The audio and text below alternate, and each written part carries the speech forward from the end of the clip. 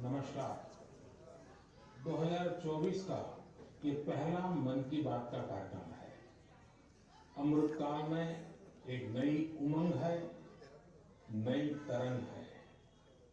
2 दिन पहले हम सभी देशवासियों ने 75वां गणतंत्र दिवस बहुत धूमधाम से मनाया है। इस साल हमारे संविधान के भी 75 वर्ष हो रहे हैं और सुप्रीम कोर्ट के भी 75 वर्ष हो रहे हैं। हमारे लोकतंत्र के ये पर्व मदर ऑफ डेमोक्रेसी के रूप में भारत को और सशक्त बनाते हैं। भारत का संविधान इतने गहन मंथन के बाद बना है कि उसे जीवंत दस्तावेज कहा जाता है। इसी संविधान की मूल प्रति के 3रे अध्याय में भारत के नागरिकों के मूलभूत अधिकारों का वर्णन किया गया है और ये बहुत दिलचस्प है कि 3रे अध्याय के प्रारंभ में हमारे संविधान निर्माताओं ने भगवान राम, माता सीता और लक्ष्मण जी के चित्रों को स्थान दिया था। प्रभु राम का शासन हमारे संविधान निर्माताओं के लिए भी प्रेरणा का स्रोत था और इसलिए 22 जनवरी को अयोध्या में मैंने देव से देश की बात की थी, राम से राष्ट्र की बात की थी। साथियों, अयोध्या में प्राण प्रतिष्ठा के अवसर ने देश के करोड़ों लोगों को मानो एक सूत्र में बांध दिया है। सबकी भावना एक, सबकी भक्ति एक, सबकी बातों में राम, सबके हृदय में राम। देश के अनेकों लोगों ने इस दौरान राम भजन गाकर उन्हें श्री राम के चरणों में समर्पित किया।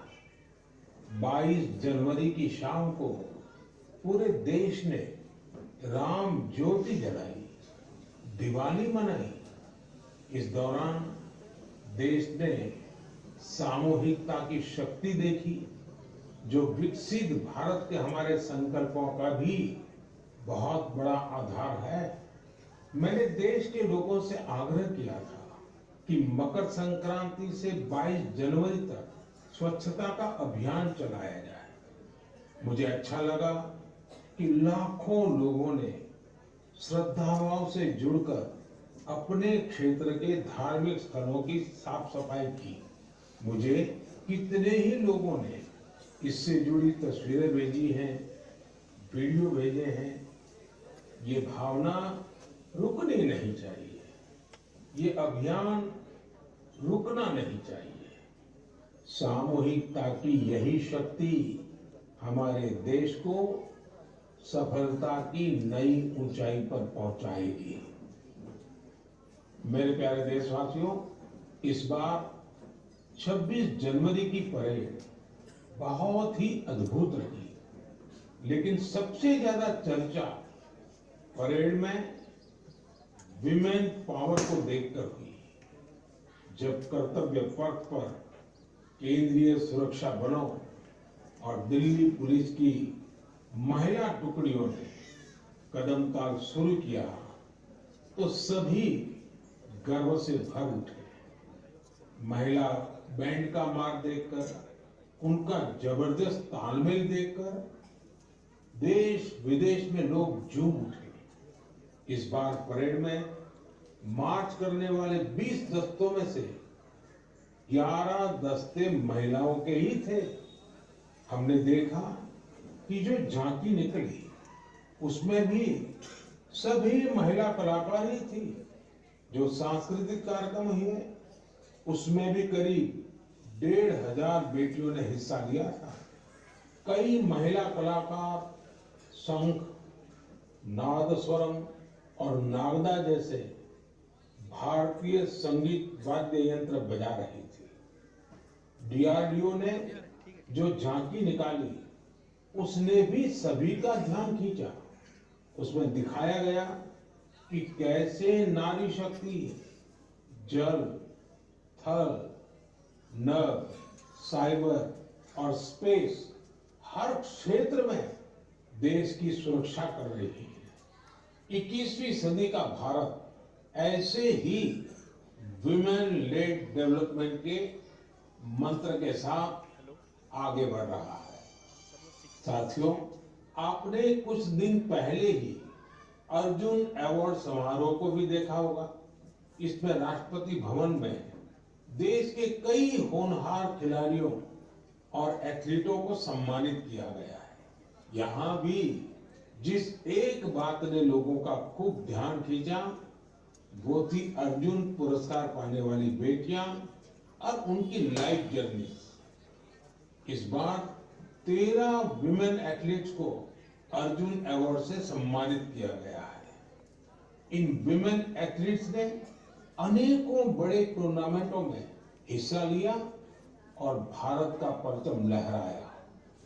शारीरिक चुनौतियां, आर्थिक चुनौतियां इन साहसी और टैलेंटेड खिलाड़ियों के आगे टिक नहीं पाई। बदलते हुए भारत में हर क्षेत्र में हमारी बेटियां, देश की महिलाएं कमाल करके दिखा रही है। एक और क्षेत्र है जहां महिलाओं ने अपना परचम लहराया है, वो है सेल्फ हेल्प ग्रुप।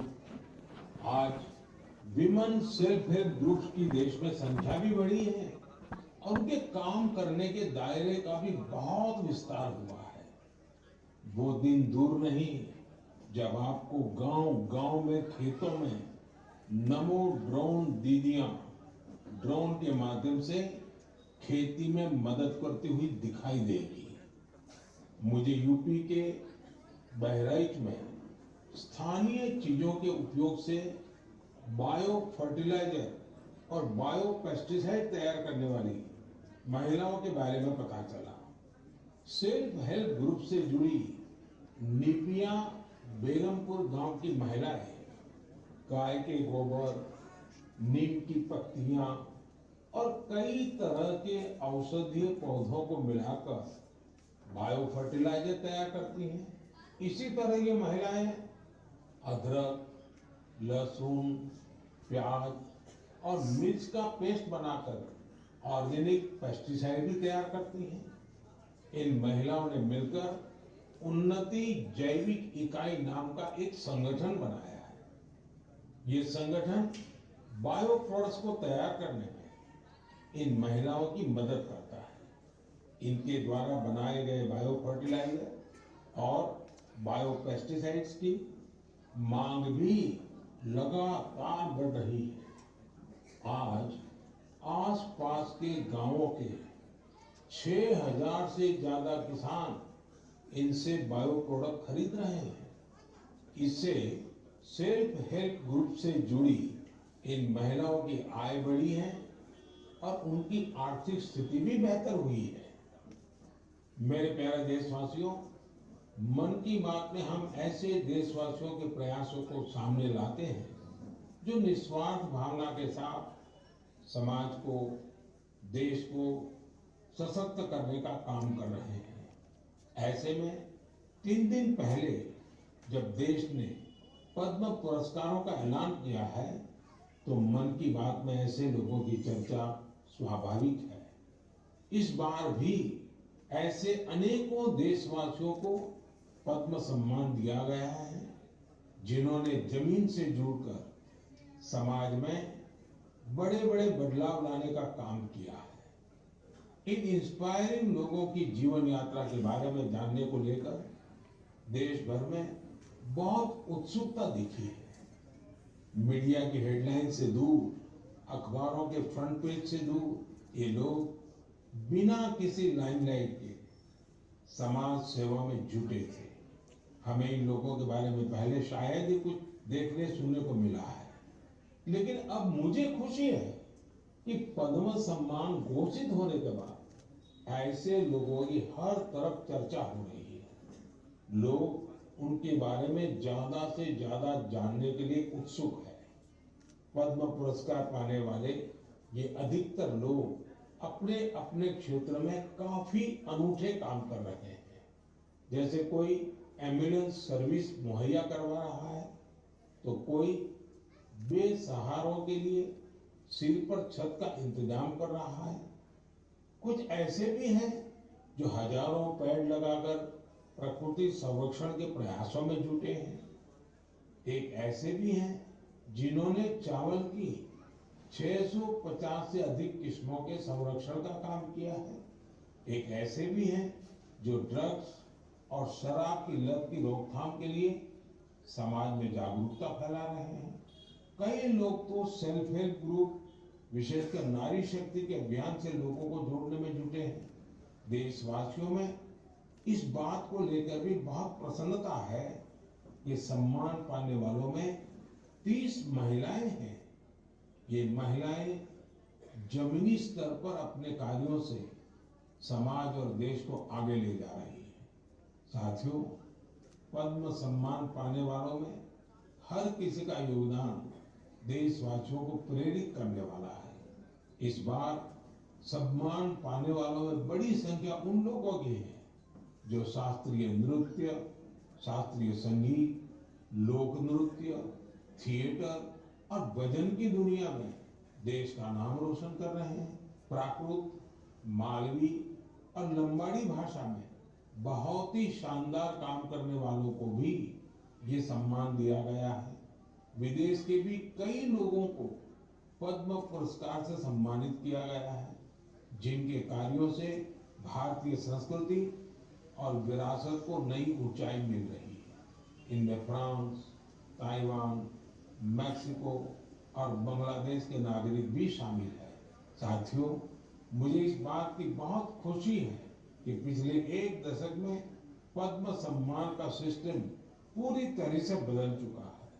अब ये पीपल्स पद्मा बन चुका है। पद्म सम्मान देने की व्यवस्था में कई बदलाव भी हुए हैं।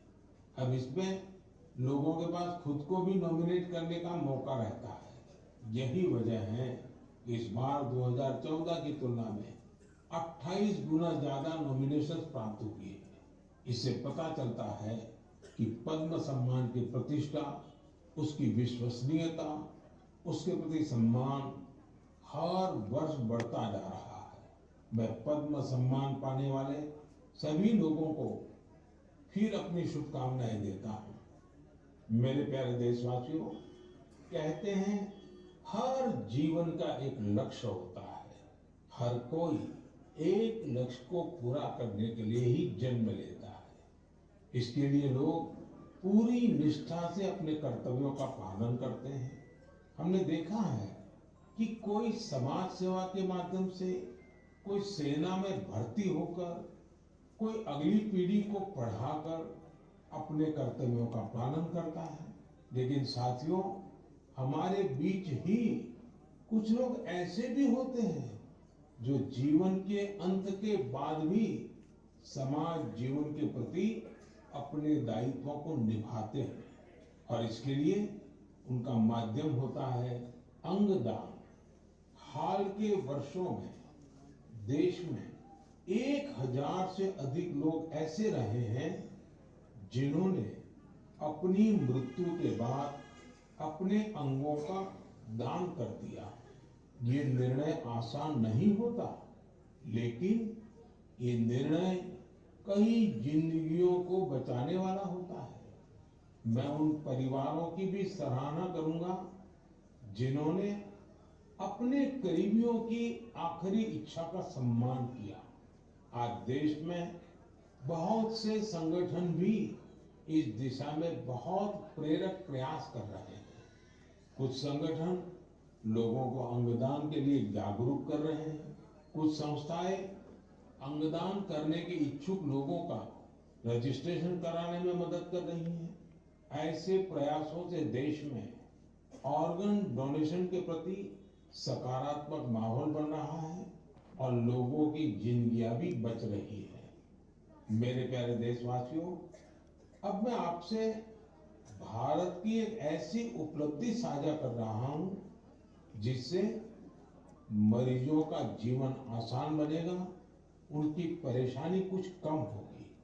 आप में से कई लोग होंगे जिन्हें इलाज के लिए आयुर्वेद, सिद्धा या यूनानी की चिकित्सा पद्धति से मदद मिलती है, लेकिन इनके मरीजों को तब समस्या होती है जब इसी पद्धति के किसी दूसरे डॉक्टर के पास जाते हैं। इन चिकित्सा पद्धतियों में बीमारी के नाम, इलाज और दवाइयों के लिए एक जैसी भाषा का इस्तेमाल नहीं होता है। हर चिकित्सक अपने तरीके से बीमारी का नाम और इलाज के तौर तरीके लिखता है। इससे दूसरे चिकित्सक के लिए समझ पाना कई बार बहुत मुश्किल हो जाता है।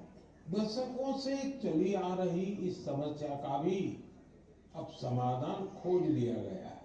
मुझे बताते हुए खुशी हो रही है कि आयुष मंत्रालय ने आयुर्वेद, सिद्ध और यूनानी चिकित्सा से जुड़े डेटा और शब्दावली का वर्गीकरण किया है। इसमें विश्व स्वास्थ्य संगठन ने भी मदद की है। दोनों के प्रयासों से आयुर्वेद, यूनानी और सिद्ध चिकित्सा में बीमारी और इलाज की जुड़ी शब्दावली की कोडिंग कर दी गई है।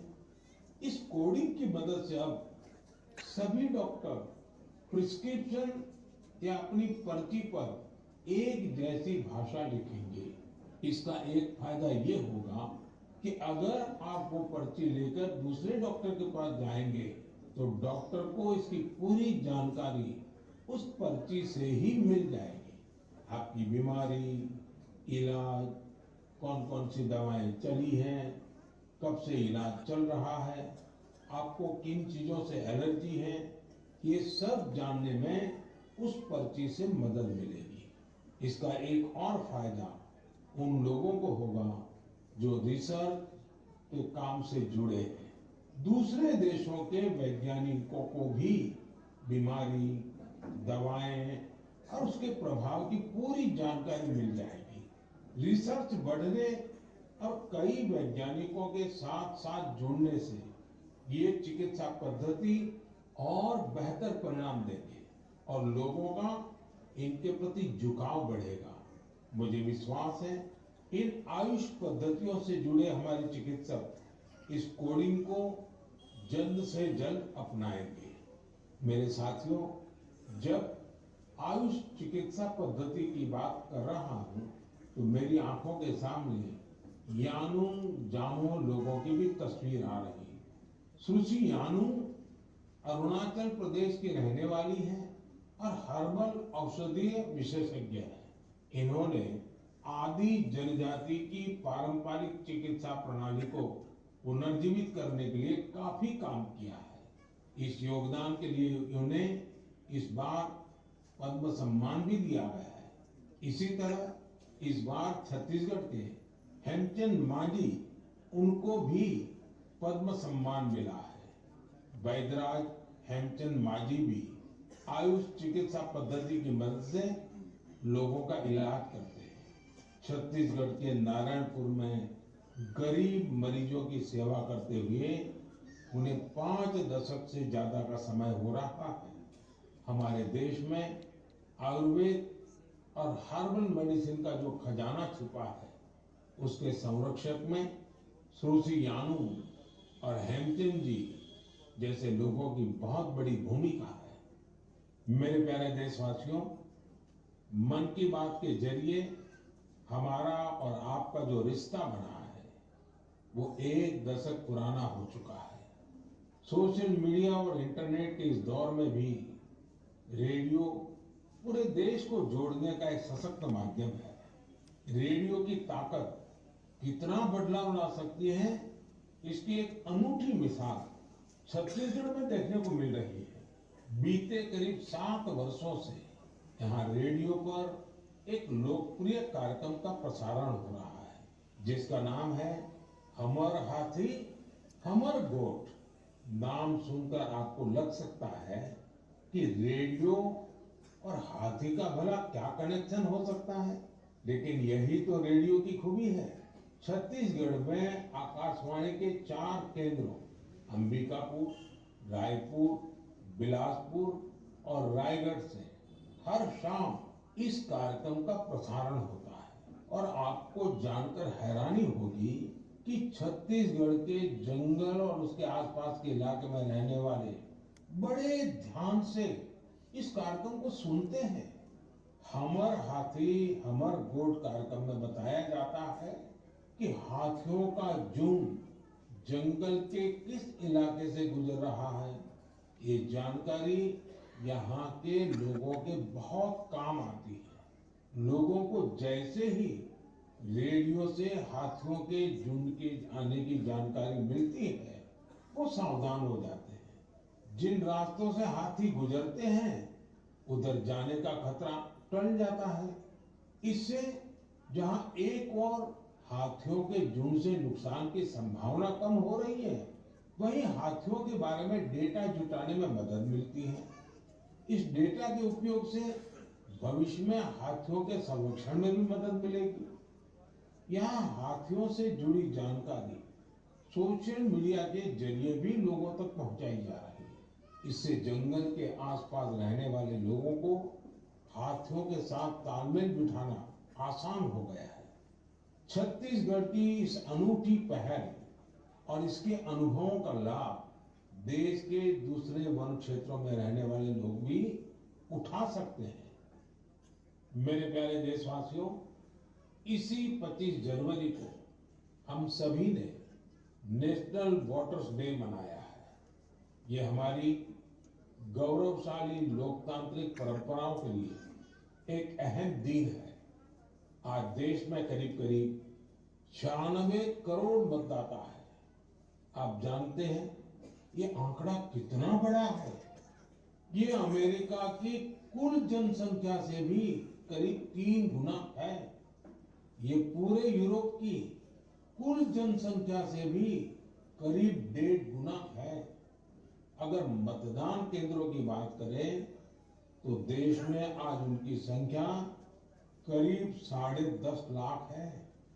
भारत का हर नागरिक अपने लोकतांत्रिक अधिकार का इस्तेमाल कर पाए, इसके लिए हमारा चुनाव आयोग ऐसे स्थानों पर भी पोलिंग बूथ बनवाता है जहां सिर्फ एक वोटर हो। मैं चुनाव आयोग की सराहना करना चाहूंगा, जिसने देश में लोकतांत्रिक मूल्यों को मजबूत करने के लिए निरंतर प्रयास किए हैं। साथियों, आज देश के लिए उत्साह की बात यह भी है कि दुनिया के अनेक देशों में जहां वोटिंग परसेंट कम हो रहा है, भारत में मतदान का प्रतिशत बढ़ता जा रहा है। 1951-52 में जब देश में पहली बार चुनाव हुए थे, तो लगभग 45% वोटर्स ने ही वोट डाले थे। आज ये आंकड़ा काफी बढ़ चुका है। देश में न सिर्फ वोटरों की संख्या में वृद्धि हुई है, बल्कि टर्नआउट भी बढ़ा है। हमारे युवा वोटरों को रजिस्ट्रेशन के लिए ज्यादा मौके मिल सके, इसके लिए सरकार ने कानून में भी परिवर्तन किया है। मुझे ये देखकर भी अच्छा लगता है कि वोटर्स के बीच जागरूकता बढ़ाने के लिए सामुदायिक स्तर पर भी कई प्रयास हो रहे हैं। कहीं लोग घर घर जाकर वोटर्स को मतदान के बारे में बता रहे हैं, कहीं पेंटिंग बनाकर, कहीं नुक्कड़ नाटकों के जरिए युवाओं को आकर्षित किया जा रहा है। ऐसे हर प्रयास हमारे लोकतंत्र के उत्सव में अलग अलग रंग भर रहे हैं। मैं मन की बात के माध्यम से अपने फर्स्ट टाइम वोटर्स को कहूंगा कि वो वोटर लिस्ट में अपना नाम जरूर जुड़वाएं।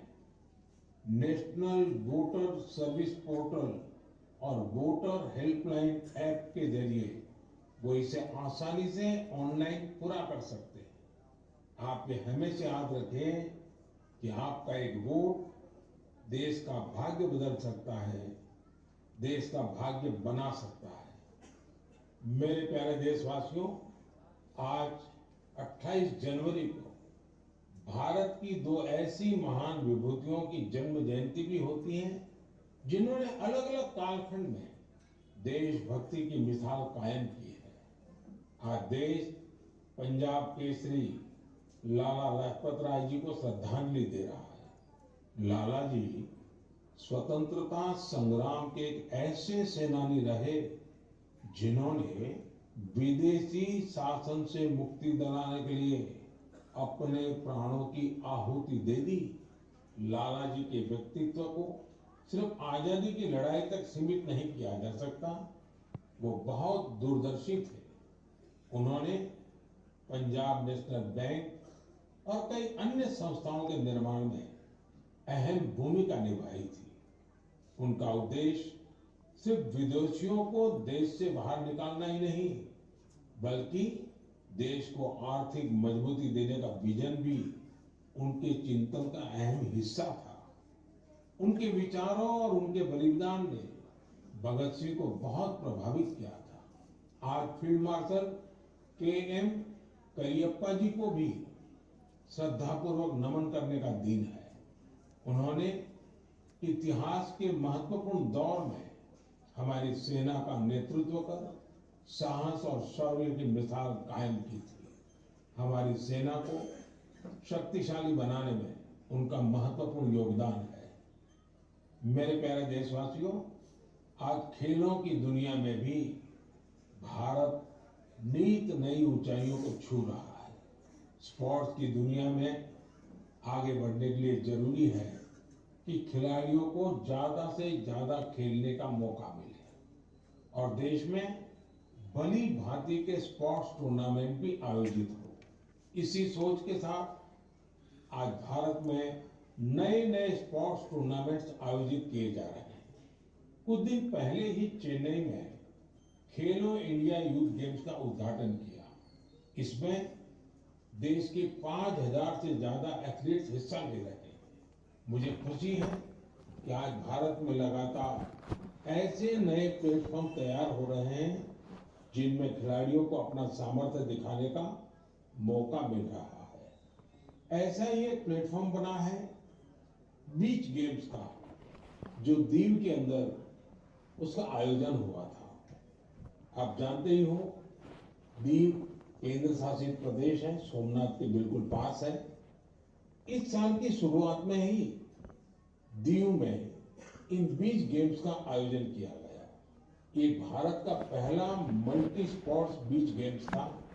इनमें tug of war, sea swimming, pencak silat, mallakhamb, beach volleyball, beach kabaddi, beach soccer और बीच बॉक्सिंग जैसे कंपटीशन हुए। इनमें हर प्रतियोगी को अपनी प्रतिभा दिखाने का भरपूर मौका मिला और आपको जानकर हैरानी होगी कि इस टूर्नामेंट में ऐसे राज्यों से भी बहुत से खिलाड़ी आए जिनका दूर दूर तक समुद्र से कोई नाता नहीं है। इस टूर्नामेंट में सबसे ज्यादा मेडल भी मध्य प्रदेश ने जीते, जहां कोई सी बीच नहीं है। खेलों के प्रति यही टेम्परामेंट किसी भी देश को स्पोर्ट्स की दुनिया का सरताज बनाता है। मेरे प्यारे देशवासियों, मन की बात में इस बार मेरे साथ इतना ही। फरवरी में आपसे फिर एक बार बात होगी। देश के लोगों के सामूहिक प्रयासों से, व्यक्तिगत प्रयासों से कैसे देश आगे बढ़ रहा है, इसी पर हमारा फोकस होगा। साथियों, कल 29 तारीख को सुबह 11 बजे हम परीक्षा पे चर्चा भी करेंगे। परीक्षा पे चर्चा का ये 7वां संस्करण होगा। एक ऐसा कार्यक्रम है जिसका मैं हमेशा